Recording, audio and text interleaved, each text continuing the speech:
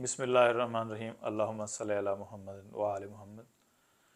रात एक खातून पूछ रही थी कि उनके चेहरे पर दाने बने हुए हैं।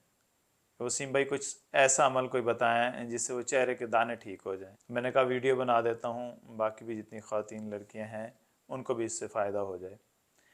अल्लाह ताला के एक इस्म है या जमील हो, ठीक है। ये इस्म अपने मफ़हूम से, अपने मायने से भी बताता है कि इसका मतलब खूबसूरत है, तो ये आपकी खूबसूरती को दोबारा से बहाल कर सकता है।